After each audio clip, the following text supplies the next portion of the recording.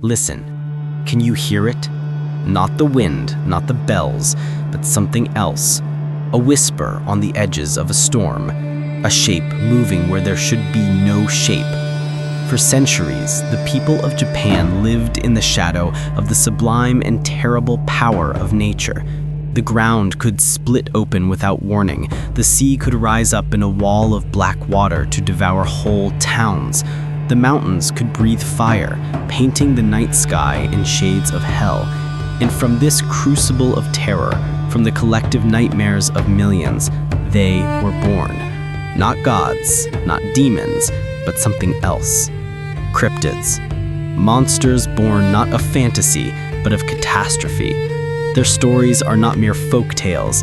They are the desperate, human attempt to give a name, a face, and a reason to the senseless chaos that fell from the skies and rose from the earth. This is the story of how the land itself, in its violent tremors and raging waters, gave birth to legends that would haunt Japan for centuries. Our story begins not with a creature, but with a cataclysm. The year is 1707. On the island of Honshu, the air has grown thick and heavy for days. A strange, suffocating silence hangs over the villages nestled in the shadow of the great volcano, Mount Fuji. The mountain, long revered as a sacred being, has been restless. Then, on the 28th of November, the world ends. Not with a single explosion, but with a roar that tears from the very bowels of the earth. The ground heaves like a stormy sea. Wooden houses splinter like twigs. But this is only the beginning. For days, the sky darkens as Fuji vomits forth a torrent of ash and rock, a blizzard of black so thick it blots out the sun at noon. Day becomes night. The ash falls like a smothering blanket, crushing roofs, poisoning the rivers, burying the rice fields upon which life itself depends. They call it the Hoi eruption, and in its wake, as the survivors dig themselves out of the gray tomb their world has become, they begin to see things, shapes in the lingering ash fog. They speak of a new kind of fear, a feeling of being watched by the mountain itself. They whisper a name, born from the choking dust and the despair, Oshilori Baba, the White Powder Hag. Imagine a lone farmer making his way through the twilight of an ash-gray afternoon. The path is unfamiliar, buried under feet of fine white powder. The familiar landmarks are gone. And then he sees her. An old, hunched woman, her skin and tattered kimono the same stark white as the fallen ash. She shuffles towards him, her movements unnervingly smooth, like a puppet on strings. She doesn't speak. She only extends a bony hand, offering him a handful of the very ash that is destroying his life. Some legends say, if you take it, you are cursed to wander the blighted landscape forever, lost and choking. Others say she is the personification of the eruption itself, a spectral refugee from the heart of the volcano, forever distributing her deadly, powdery gift. She was not a monster of claws and teeth, but one of silence and despair, a direct, anthropomorphized echo of the Hoi eruption's suffocating aftermath. But the earth was not the only source of terror. The sea, the great provider, could become a ravenous destroyer in an instant. For centuries, the fishermen of the coast lived with the knowledge that the ocean could claim them at any time. And from that deep existential fear, the Umibōzu was born. Picture a fishing boat, far from shore on a day when the sea is unnervingly calm, a flat, oily mirror. Without warning, the water beside the vessel begins to swell, to bulge upwards. A massive, black, domed head, smooth and featureless like a giant monk's shaven scalp, breaks the surface. It is colossal, dwarfing the boat. This is the Umibōzu, the sea monk. It is a pillar of darkness, a void given form. Some accounts speak of a pair of large, luminous eyes set deep in that blackness. It rarely attacks immediately. Its terror is in its silent, looming presence. It is the embodiment of the calm before the storm, the sudden, impossible wave that appears from nowhere. The legends say if it speaks, its voice is a guttural, watery roar, and it may demand a barrel or a ladle. To the foolish sailor who offers one, the Umibōzu will use it to fill their boat with seawater, dragging them down into the abyss. The only escape is to give it a bottomless ladle, a trick of the mind to defeat a monster born of hopelessness. The Umibōzu was the sea's unpredictable fury given a face, a blank, priestly, terrifying face. It was the reason a fisherman would kiss the shore upon his return, grateful to have escaped not a storm, but the monk of the deep. Yet some cryptids were born not from a single event, but from a slow, creeping dread that permeated the social and physical landscape of the Edo period.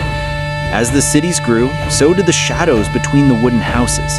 As the Tokugawa shogunate enforced its strict social order, new anxieties festered. And from this complex web of urban fear and natural mystery came one of the most enduring and bizarre figures, the Kasa Obake. In the rain-soaked streets of Edo, on a night when the lanterns cast long, dancing shadows, you might see it, a discarded, old-fashioned paper umbrella left to rot in an alleyway. But as you pass, it twitches. A single large eye opens in its oiled paper surface. From the handle, a long red tongue lolls out. And then it hops. On one leg, a wooden geta sandal now attached where the handle used to be, it comes tapping, tapping, tapping after you. Kasa Obake, the Tsukumogami. The belief was that any object, upon reaching its 100th year of existence, could develop a soul, a kami. And if that object had been used carelessly, thrown away without respect, its spirit would awaken, not with gratitude, but with a mischievous, often malevolent energy. But the Kasa Obake is more than a simple ghost story.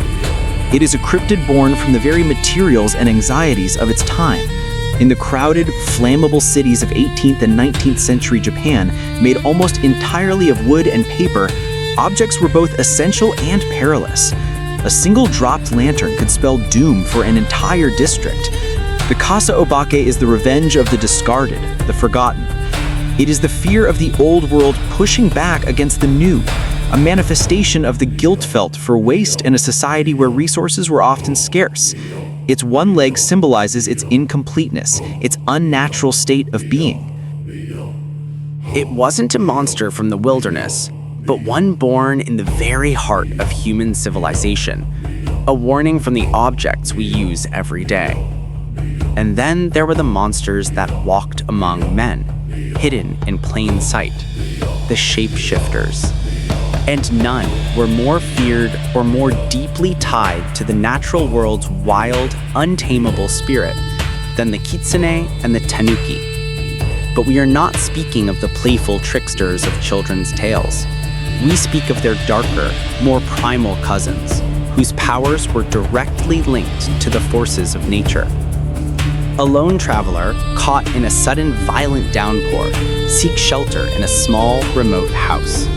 A beautiful woman with sharp, intelligent eyes offers him warmth and food. She is gracious, her laughter like bells. But as the night deepens, the traveler notices something strange. Every time a log cracks in the fire, the woman flinches, a flicker of fear crossing her face that seems unnatural. And then, when she thinks he is asleep, he sees it, a glimpse of a bushy red-tipped tail peeking from beneath her kimono. This is no ordinary woman.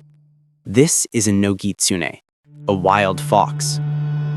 Foxes were deeply associated with the rice god Inari, and thus with the fertility of the land itself.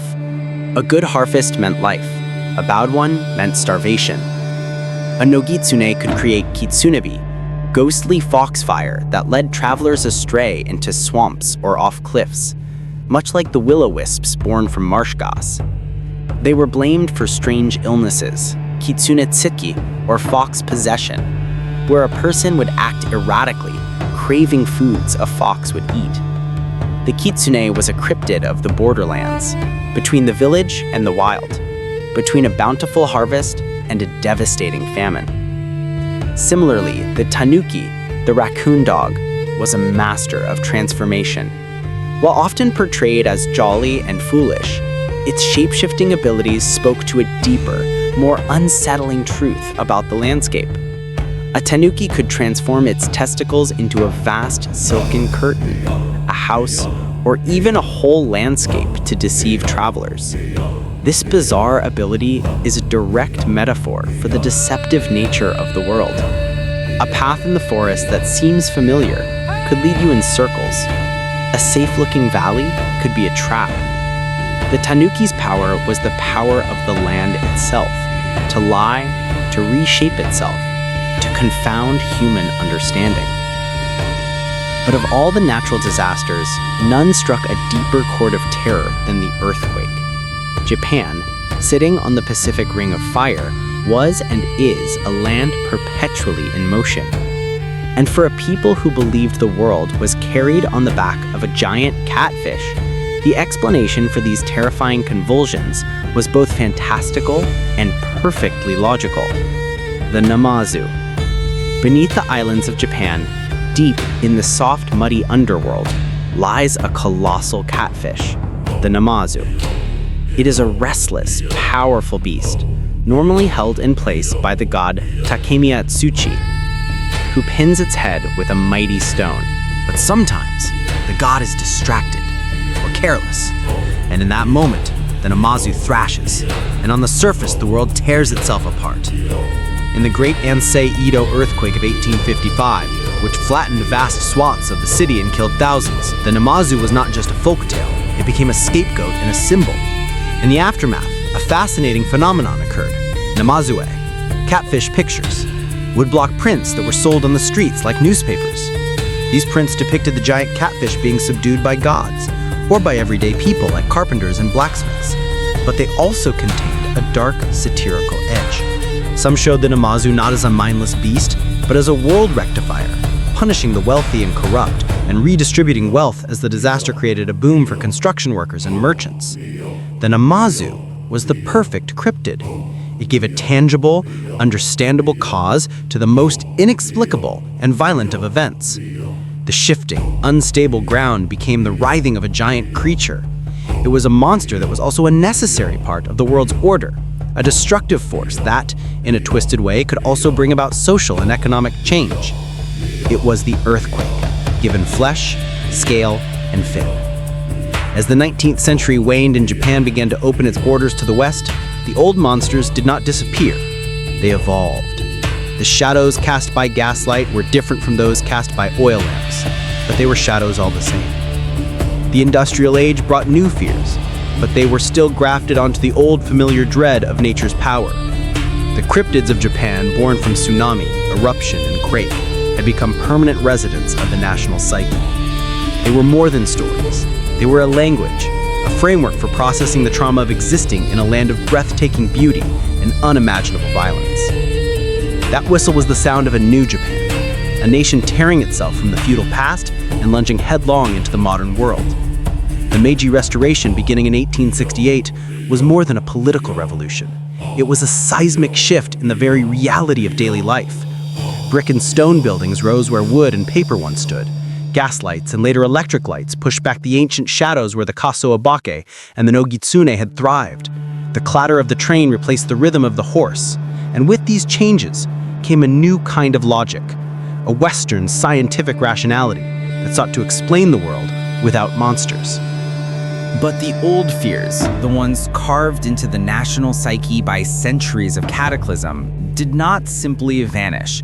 They retreated, mutated, and found new forms in the fresh darkness cast by the modern age. In the newly renamed Tokyo, formerly Edo, a young scholar named Akira, educated in the West, walks with a sense of superiority. He carries a leather satchel filled with books on geology and meteorology. He scoffed at his grandmother's stories. The Namazu was a myth. Earthquakes were the result of tectonic plate shifts. He believed the light of reason was finally banishing the childish shadows of superstition. But then, In 1891, the Great Nobi earthquake struck. It was one of the largest in Japanese recorded history, a cataclysm that flattened entire cities and killed thousands. Akira was in a newly built, Western-style brick building in Nagoya when it hit. The experience was nothing like the wooden collapses of the old tales. This was a different kind of terror. The sound of brick and mortar, symbols of the new, unyielding Japan, cracking and grinding to dust. The world didn't just shake, it shattered. And in that moment of absolute rational chaos, as the laws of physics themselves seemed to break down, Akira's scientific certainty fractured. Buried in the rubble, choking in plaster dust that was strangely reminiscent of volcanic ash, he didn't think of tectonic plates. His mind, reaching for an anchor in the primal fear, conjured the old image, the giant catfish, thrashing in its subterranean prison, more powerful than any steam engine, more immense than any imported iron ship. The Namazu had not been banished by modernity. It had simply grown larger, strong enough to shatter the new world as easily as it had the old. When he was pulled from the wreckage, his first words were not of science, but a whispered, terrified confession to a rescue worker. The Namazu, it is angry with our progress. This was the new life for the old cryptids. They became symbols of nature's ultimate, unchallengeable power over man's fragile technological arrogance. The Umibōzu began to be sighted not just by fishermen in wooden junks, but by sailors on the new steel-hulled steamships. The reports changed slightly. The monster was now said to be darker than coal smoke, its roar mingling with the sound of a ship's boiler. It was the ocean reminding the empire that it still held dominion. Meanwhile, in the sprawling, soot-choked industrial districts of Osaka, the Tsukumogami found a terrifying new genesis. The belief had always been that objects over 100 years old gained a soul. But what if the new, mass-produced objects of the industrial age? The folklore began to twist, to adapt. A new, chilling story began to circulate among the factory workers, men and women who felt like cogs in a vast, inhuman machine. A young woman named Hana worked 14-hour days in a textile mill. Her world reduced to the hypnotic, punishing rhythm of the machines. Her life was owned by the factory. One night, exhausted and half delirious, she was tasked with cleaning a particular loom that had been malfunctioning, a machine notorious for injuring workers. Its constant jarring noise sounded almost like a distorted, metallic laugh. As she cleaned, she swore she saw the faces of injured co-workers reflected in its polished metal parts. And then the loom shifted. Its levers and pulleys seemed to rearrange themselves for a moment, forming a ghastly metallic face that stared back at her with blank, gear-like eyes. It was a Kikai Obake, a machine ghost, a new type of Tsukumogami, born not from age and neglect, but from overuse, from the pain and suffering absorbed by the machine itself, from the very speed of this new, brutal industrial life. The monster had evolved from a discarded umbrella to a possessed, active instrument of toil. The horror was no longer about guilt for waste, but about the fear of the technology that now enslaved them. Even the Kitsune and Tanuki adopted. As the countryside was carved up by rail lines, stories emerged of foxes seen dancing on the tracks, their eyes reflecting the oncoming train's light, seemingly challenging this iron intruder. There were tales of Tanuki, the masters of illusion, causing entire trains to see phantom stations or spectral landslides on the tracks, their ancient magic testing the limits of modern schedules and steel. The government of the new modern Japan, eager to present a civilized face to the West, actively discouraged these superstitions. Textbooks taught scientific explanations. Police sometimes arrested storytellers for spreading backwards rumors. But they were fighting a battle against the very soul of the land. The cryptids had sunk their roots too deep. They were not just stories. They were language, a framework for processing trauma, both old and new. By the dawn of the 20th century, Japan was a recognized world power, a modern empire. But if you walked into a bookshop in Tokyo, you would find new editions of old ghost story anthologies, selling better than ever. If you listened in a rural inn near Mount Fuji, the elders still spoke of the White Powder Hag with a respectful fear. The cryptids had survived.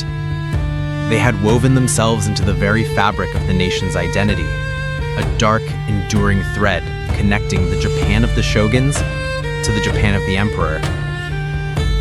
They are the proof that while you can pave over the forests and light up the night, you cannot erase the memories whispered by the wind, or the shapes that move in the corner of your eye, born from a time when the world was a place of deeper shadows and the monsters had names. So the next time you walk through a silent, foggy forest, or stand on a shore where the water is a little too still, remember the stories. Remember the White Powder Hag, born of ash and despair. Remember the blank, staring face of the sea monk, rising from the deep. Remember the tapping of the one-legged umbrella in the alley and the shapeshifter watching you from the edge of the trees. These are not just monsters. They are memories. They're the echoes of 1,000 real disasters, the ghosts of 1,000,000 real fears. They are the voices of the land itself, whispering its long, turbulent history in the language of legends. And they are a warning that the line between the natural world and the supernatural is, in Japan, as thin as rice paper and just as easily torn. The ground you stand on may seem solid, but beneath it something stirs. The sea that feeds you may seem calm, but in its depths, something watches. The objects you use without a thought may one day remember your disrespect. This is the enduring legacy of Japan's cryptids, a hauntingly beautiful and terrifying testament to the power of nature and the resilience of the human imagination in the face of the unknown. They remind us that fear can create its own reality, and that the stories we tell about the world around us are often just as real and just as powerful as the world itself. From the volcanic eruptions of the 1700s to the industrial revolutions of the 1800s, these creatures have been constant, if shifting, companions. They are born from catastrophe, but they live on in culture, adopting to every new fear, every new anxiety that a changing world can produce. They are not relics, they are reflections. They show us ourselves and our deepest fears, mirrored back at us through the lens of myth and legend. In the end, the cryptids of Japan are more than just folklore. They are a fundamental part of understanding the Japanese relationship with nature, a relationship defined by both reverence and terror.